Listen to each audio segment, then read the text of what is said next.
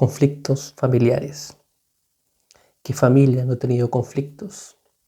No existe la familia que no ha tenido problemas. No existe la familia perfecta, ni la va a existir. Los conflictos familiares siempre han existido. La familia es un eslabón que compone la sociedad, pero en todas las familias existen problemas, existen conflictos. La Escritura nos narra muchas familias en las cuales Dios escogió para su propósito. Por ejemplo, en el caso del Génesis, si vamos al Génesis, la primera familia de Adán y Eva, los hijos de ellos tuvieron un conflicto. Caín tuvo un conflicto con su hermano Abel. Cuando fueron a adorar, Dios miró a Abel y a su ofrenda y se agradó de su ofrenda, pero no se agradó ni de Caín ni de la ofrenda suya. Y eso generó un conflicto en Caín. Y por ese conflicto que se generó en él mató a su hermano. Caín se enojó contra su hermano y lo mató. Y generó un conflicto. Y si nos ponemos a pensar, el conflicto genera división. Donde quiera que hay conflicto, hay división. De hecho, la consecuencia de los problemas, la consecuencia de los conflictos familiares es la división. Si seguimos avanzando, por ejemplo, en la familia de Abraham, dice que Abraham tenía 2 hijos. No se nombra mucho, pero Abraham tenía 2 hijos. Abraham tenía a Ismael y a Isaac. Y ambos hijos tuvieron un conflicto. Tuvieron un conflicto el cual la nación de Israel ha tenido problemas. No han vivido en paz por causa de ese conflicto, porque los descendientes de Ismael son todo el pueblo árabe, y los árabes siempre han tenido conflicto con Israel, porque Israel es descendiente de Isaac y de Jacob. El conflicto genera división, y por ese conflicto que tuvo Isaac con Ismael, dice que Ismael se tuvo que ir con su mamá, y se generó división en la casa de Abraham, porque el conflicto genera división. También tenemos el caso de Lot. Dice que Lot se separó de Abraham. ¿Por qué? Porque los pastores de cada uno de ellos estaban teniendo conflicto. Conflictos familiares. Y por esa causa Abraham le dice a Lot, si tú escoges la derecha, yo escojo la izquierda. Y si tú escoges la derecha, yo escojo la izquierda. Lot, separémonos. Y Lot se separa de Abraham. Otra vez, el conflicto genera separación. El conflicto genera división. ¿Qué pasó con Jacob y Esaú? Esaú tuvo un conflicto con su hermano. Y por esa causa lo quiso matar también, porque Jacob le quitó la primogenitura y Jacob le quitó la bendición de Dios. Y por esa causa, por ese conflicto, se generó división, porque Jacob se tuvo que ir de la casa de su padre y se fue a vivir a otro lugar por causa del conflicto. ¿Qué pasó con los hijos de Jacob? ¿Acaso los hermanos de José no tuvieron un conflicto con su hermano? ¿Acaso no tenían envidia de su hermano José? Y por esa causa vendieron a José a los ismaelitas. Otra vez el conflicto genera división. José se fue vendido como un esclavo a Egipto por causa de un conflicto familiar. Por causa de un conflicto familiar, porque siempre que hay conflictos hay división. ¿Qué pasó con Moisés? ¿Acaso Moisés no tenía 2 hermanos que eran María y Aarón?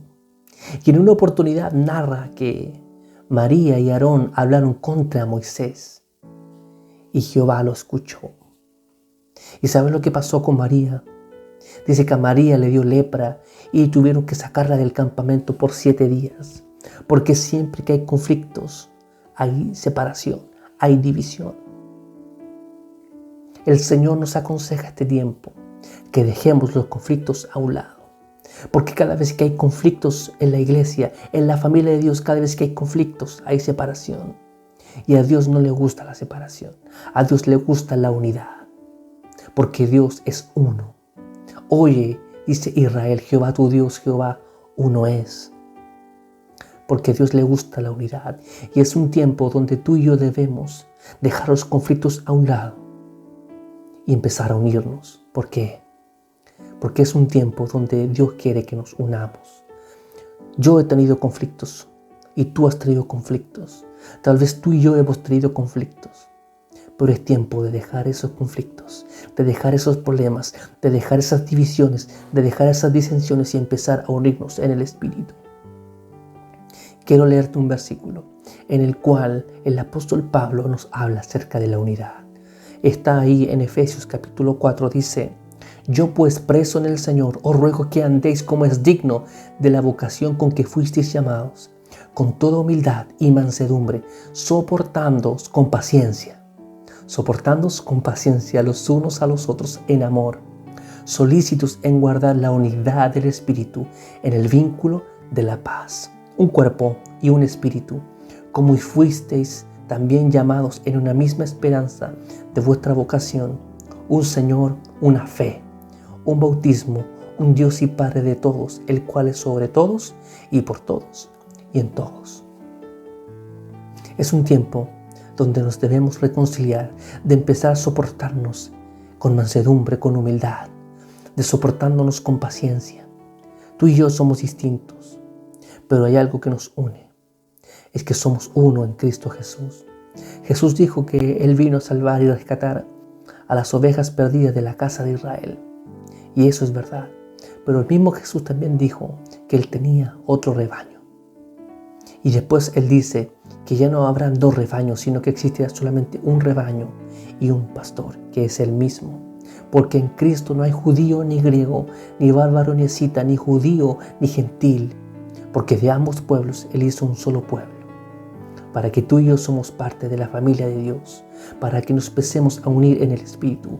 La unidad del Espíritu es la unidad del amor. Es el vínculo de la paz.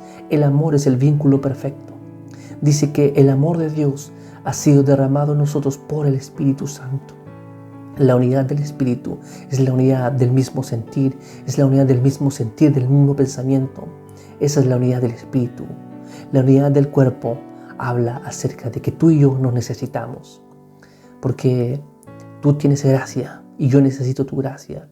Y por eso es que somos un cuerpo. Porque nos debemos necesitar unos a otros. Y la unidad de la fe es que tenemos una sola fe. Que no existen dos fe, solamente hay una fe. Tenemos un Dios, tenemos un Señor.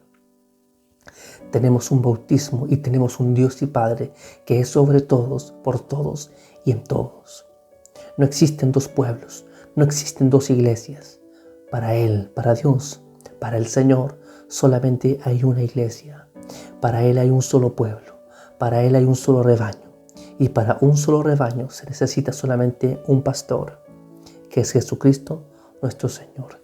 Dejemos los conflictos familiares, dejemos los conflictos eclesiásticos, dejemos las separaciones, dejemos las divisiones y empecemos a unirnos en el Espíritu. Que el Señor te bendiga. Bendiciones.